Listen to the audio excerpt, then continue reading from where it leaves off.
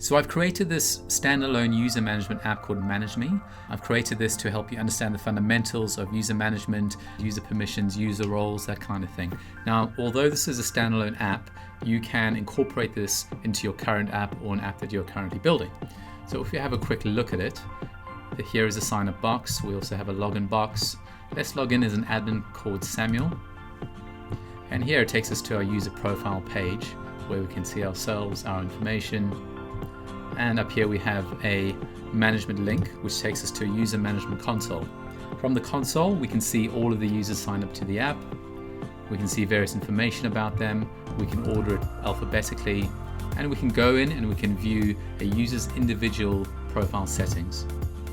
From here, we can do things like update their information automatically from these inputs.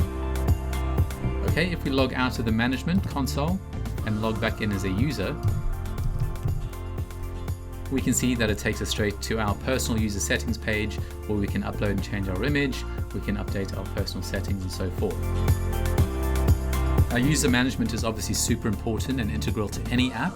And what I've created here is just really the fundamentals to help you head in the right direction. So I'll see you in the first lesson.